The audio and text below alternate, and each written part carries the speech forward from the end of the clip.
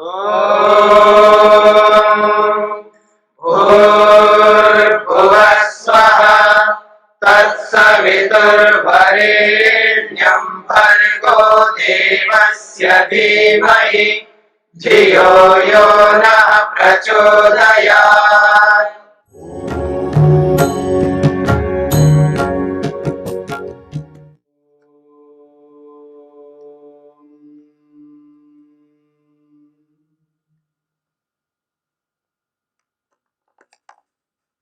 विभूतिपाद के 20वें सूत्र को लेकर के हम विचार कर रहे हैं।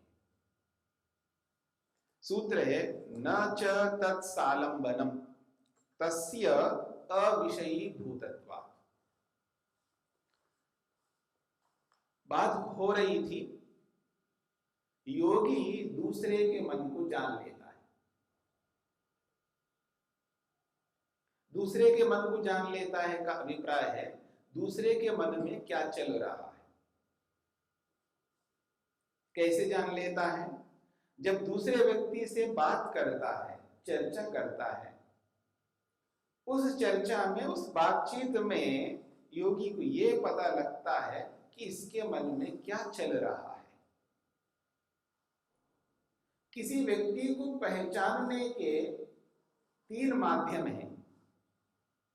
देखिए कि जब दूसरा व्यक्ति कोई कर्म करता है तो उसके कर्म को देखने से पता लगता है उसका ज्ञान किस स्तर का है।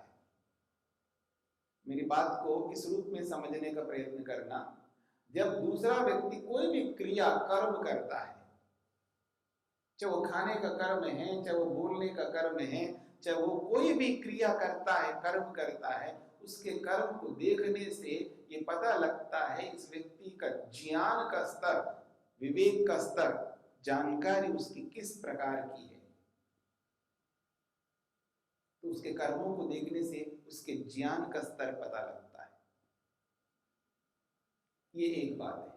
दूसरी बात है जब किसी व्यक्ति से हम चर्चा करते हैं, बातचीत करते हैं, उस बातचीत से पता लगता है उसके ज्ञान हमारे सामने प्रस्तुत होता है, उसकी जानकारी समझ में आ रही होती है। उसकी जानकारी से हमें पता लगता है इसके कर्म कैसे कैसे होते हैं। यानी उसके ज्ञान को देखने से उनके कर्मों के बारे में पता लगता है। तो कर्मों को देखने से ज्ञान का पता लगता है और ज्ञान को देखने से कर्मों का पता लगता है। और ठीक इसी प्रकार से कर्मों को देखने से उसकी भक्ति का भी पता लगता है। या मैं ये भी कह सकता हूं उसके ज्ञान को समझने से उसकी भक्ति का भी पता लगता है, उसकी उपासना का भी पता लगता है कि उसकी उपासना का किस प्रकार का स्तर है, उसकी भक्ति किस प्रकार की होती है। उसके ज्ञान से हमें ये पता लग जाता है कि उसकी भक्ति कैसी होती है, उसकी उपासना कैसा है, वो जो भी भजन करता है वो कैसा करता है, ये उसके ज्ञान के स्तर से हमें पता लगता है। या उसकी भक्ति को देखने से भी पता लगता है उसके कर्म कैसे होते हैं, उसका ज्ञान कैसा होता है। यानी भक्ति या उपासना से ज्ञान और कर्म भी पता लगते हैं। ज्ञान से भक्ति का भी पता लगता है, कर्मों का भी पता लगता है, और कर्म से, कर्म को देखने से ज्ञान का पता लगता है और भक्ति का भी पता लगता है। इस प्रकार हम तीनों प्रकार से हम लोगों को पहचान सकते हैं।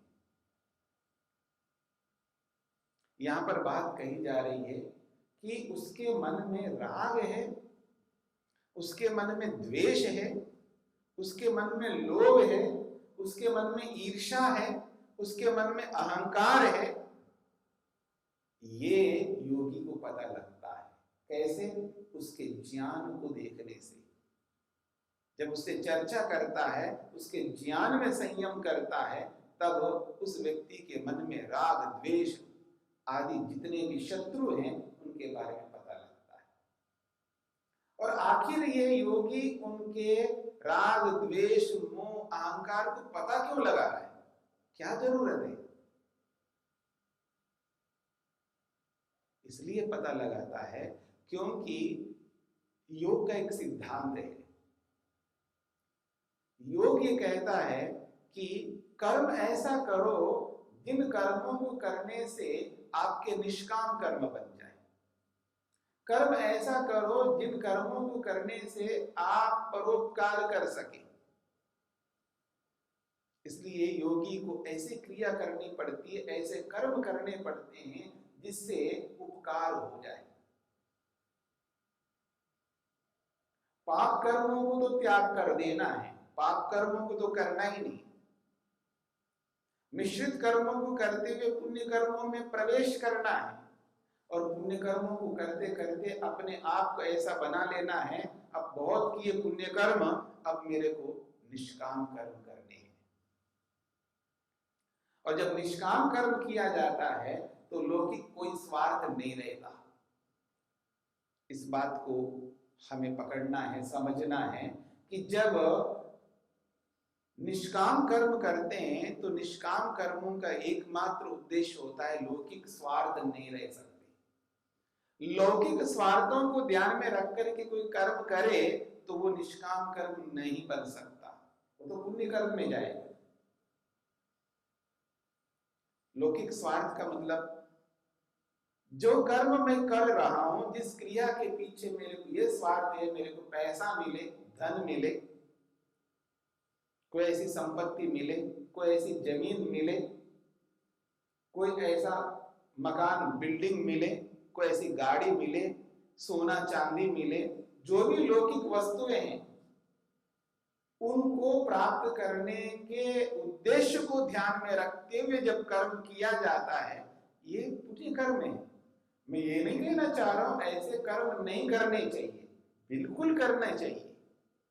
जिनको जहां जैसी आवश्यकता है वहां वैसे कर्म अवश्य करने चाहिए, लेकिन मैं बात कर रहा हूं योगी की। योगी को कैसे कर्म करने चाहिए? तो महर्षि पतंजलि ने कहा है उसे निष्काम कर्म करने चाहिए, अर्थात लौकिक स्वार्थों को ध्यान में रख करके कोई भी कर्म क्रिया नहीं करनी चाहिए। यदि लौकिक स्वार्थ को ध्यान में रख करके कर्म किया जाए तो पुण्य कर्म हो जाएंगे, वो निष्काम कर्म नहीं होंगे। जब निष्काम कर्म बनेंगे नहीं है तो उसको मुक्ति नहीं मिल सकती है, मोक्ष नहीं मिल सकता है। और जब मोक्ष नहीं मिलेगा तो बार बार दुख में आना ही पड़ेगा, बार बार दुखी होना ही पड़ेगा, बार बार जन्म लेना ही होगा, और बार बार जन्म होगा तो बार बार मृत्यु को प्राप्त करना होगा। तो इनसे बचना है तो कैसे? इसलिए योगी कहते हैं, महर्षि पतंजलि कहते हैं, वेदव्यास कहते हैं कि निष्काम कर्म करो।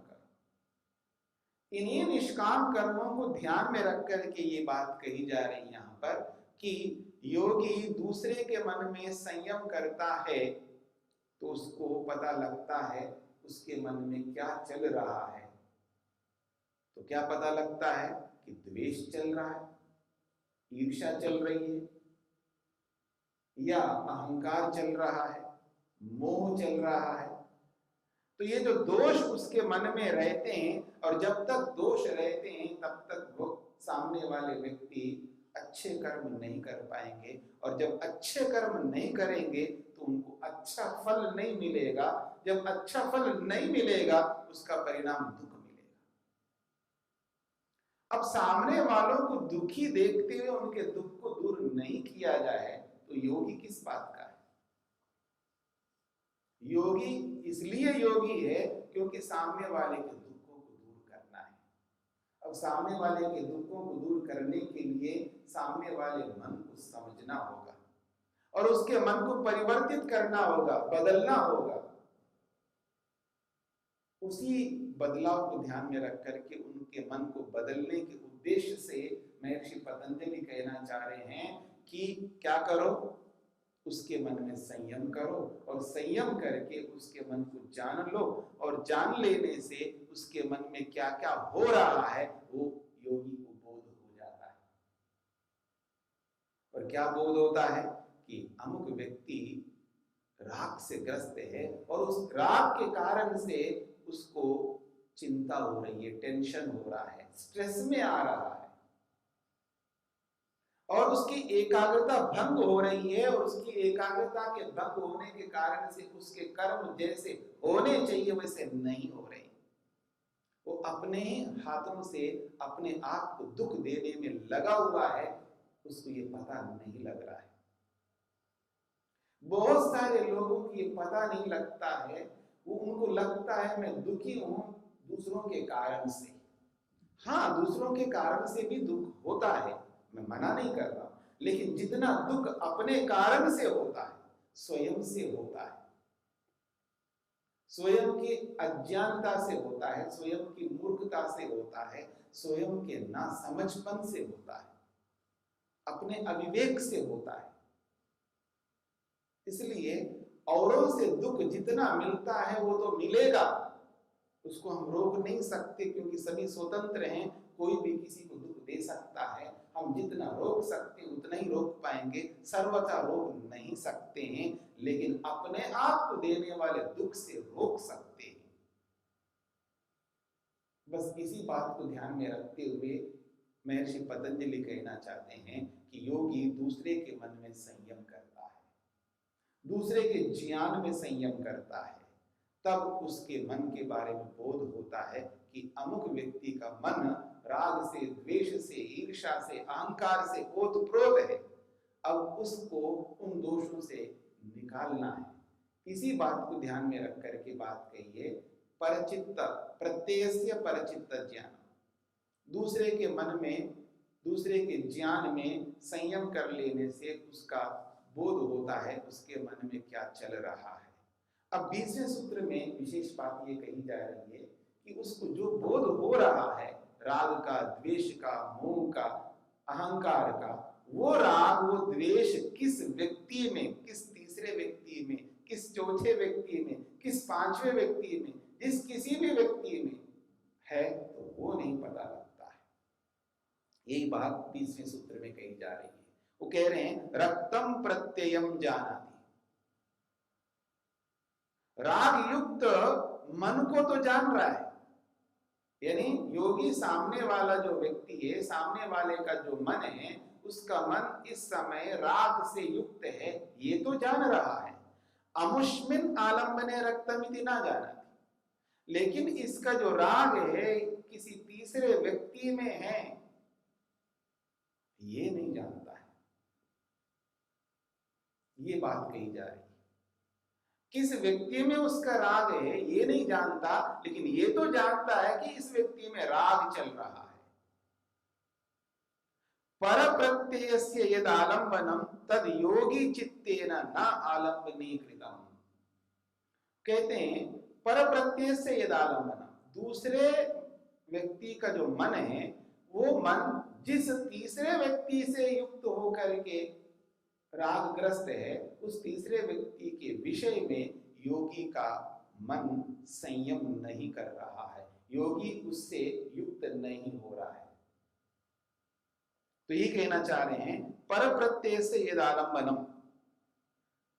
तद योगी चित्तेन न आलंबनीकृतम। पर प्रत्यय से यद आलंबनम, दूसरे का मन जिस सहारे से युक्त है, यानी जिस तीसरे व्यक्ति के साथ जुड़ा हुआ है, तद उस बात को योगी चित्तेन न आलंबनीकृतम, योगी उसका विषय नहीं बनाया है, यानी तीसरे व्यक्ति का विषय नहीं बनाया है, दूसरे का ही विषय बनाया है, और जिसका विषय बनाता है उसी का बोध होता है। जो नियम है ये सभी जानते हैं, कर्म जिसमें कर रहा है उसी का तो फल मिलेगा, जिसमें कर्म कर रहा है वही तो फल मिलेगा, जिसमें कर्म हुआ ही नहीं उसका फल कैसे मिलेगा। इसलिए कर्म हो रहा है दूसरे व्यक्ति में, सामने वाले व्यक्ति में, तीसरे व्यक्ति से संबंधित कर्म नहीं हो रहा है, तो इसलिए जो कर्म है उसी का फल मिलेगा। इसी बात को यहाँ पर कही जा रही है कि पर प्रत्यय मात्रम तु योगी चित्तस्य आलम्बनी भूतम इति। पर प्रत्यय मात्र यानी सामने वाला जो दूसरा व्यक्ति है उसी व्यक्ति का जो मन है उसी को आलंबन बनाया, उसी को सहारा बनाया है। कौन? योगी। तो सामने वाले के मन को ही विषय बना करके संयम करता है, इसलिए सामने वाले के मन को ही जान लेता है। तीसरे व्यक्ति में संयम कर ही नहीं रहा है, तो तीसरे वाले व्यक्ति के विषय में योगी को पता नहीं लगता है। यही बात कही जा रही है। तो यहाँ पर ये बात हमें समझना है कि ऐसा योगी जो कर रहा है वो इसलिए कर रहा है क्योंकि उसका काम जो है उपकार करना है। ये अमूमन जब लोक में ये बोला जाता है, देखो आप दूसरे के विषय में चिंता मत करो, दूसरे के विषय में विचार मत करो, दूसरे को विषय मत बनाओ, समय व्यर्थ मत करो, अपने आप को जानो। ये उस व्यक्ति के लिए बात कही जाती है। उपदेश भी जो दिया जाता है वो इसलिए दिया जाता है, उसने अभी अपना काम किया ही नहीं है। और जो व्यक्ति अपना स्वयं का काम नहीं करता, अब दूसरे के लिए लगता है, तो स्वयं का काम छूट जाता है, स्वयं के कर्तव्य रह जाते हैं। जब अपने कर्तव्यों को पूरा नहीं कर पाता है, वो व्यक्ति दूसरे के कर्तव्यों को पूरा कभी नहीं कर सकता है। इसलिए एक सिद्धांत, एक कॉन्सेप्ट है, एक यूनिवर्सल लॉ है, यूं समझ लीजिएगा। अपने अस्तित्व को बचाते हुए दूसरों के अस्तित्व को बचाने की चेष्टा करनी चाहिए। अपने अस्तित्व को, अपने एग्जिस्टेंस को बचा के रखिएगा, अपने आप को सेव करके रखिएगा, अपने आप को मजबूत रखिएगा, फिर दूसरों को मजबूत करने की चेष्टा कीजिएगा। अपने अस्तित्व को बचाइए रख, फिर बाद में दूसरों के अस्तित्व को बचाने की चेष्टा करिएगा। ऐसा कभी नहीं करना चाहिए। अपने अस्तित्व को मिटाते हुए दूसरों के अस्तित्व को बचाने की चेष्टा कभी नहीं करनी चाहिए। अगर ऐसा कोई करेगा तो अपना अस्तित्व तो चला गया है, अब दूसरे का अस्तित्व को कैसा बचा पाएगा? तो ना उसका अस्तित्व बच पाएगा, हमारा अस्तित्व तो पहले से ही जा रहा है। मैं पहले से डूबता जा रहा हूं, तो दूसरे डूबते हुए को कैसे बचा पाऊंगा? मैं पहले अपने आप को डूबने से बचा लूं।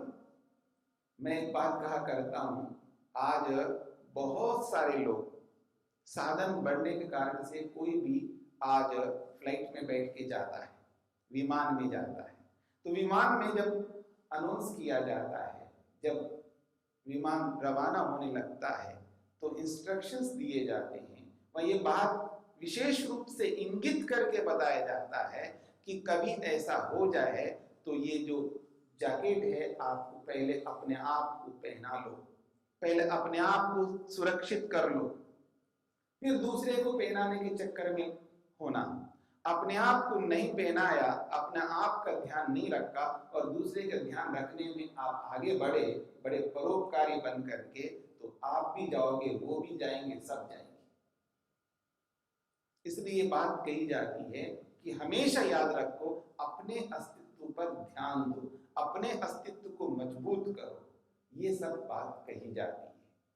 तो यहाँ पर बात ये कही जा रही योगी के लिए, क्योंकि योगी ने अपने अस्तित्व को बचा लिया है, अपने आप को दृढ़ कर लिया है, अपने आप को सेव कर लिया है, बचा लिया है, अपने अस्तित्व को मजबूत करके रखा है, इसलिए दूसरों के अस्तित्व को मजबूत करने की चेष्टा करता है।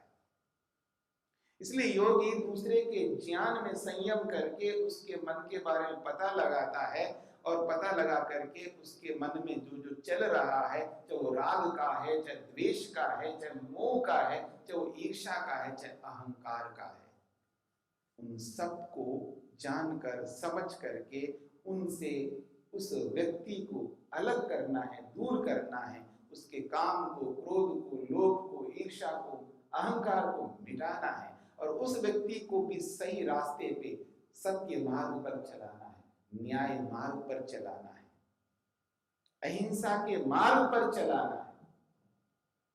तो ऐसा करने के लिए योगी के लिए कहा जा रहा है, तभी योगी के कर्म निष्काम कर्म होते हैं।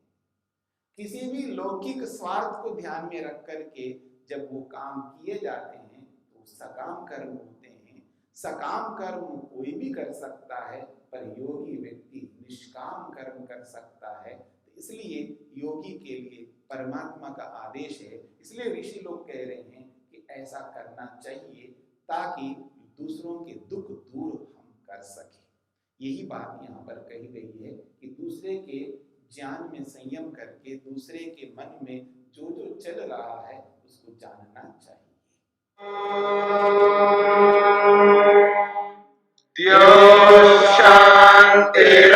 शान्तिरन्तरिक्षं शान्तिः पृथिवी शान्तिरापः शान्तिरोषधयः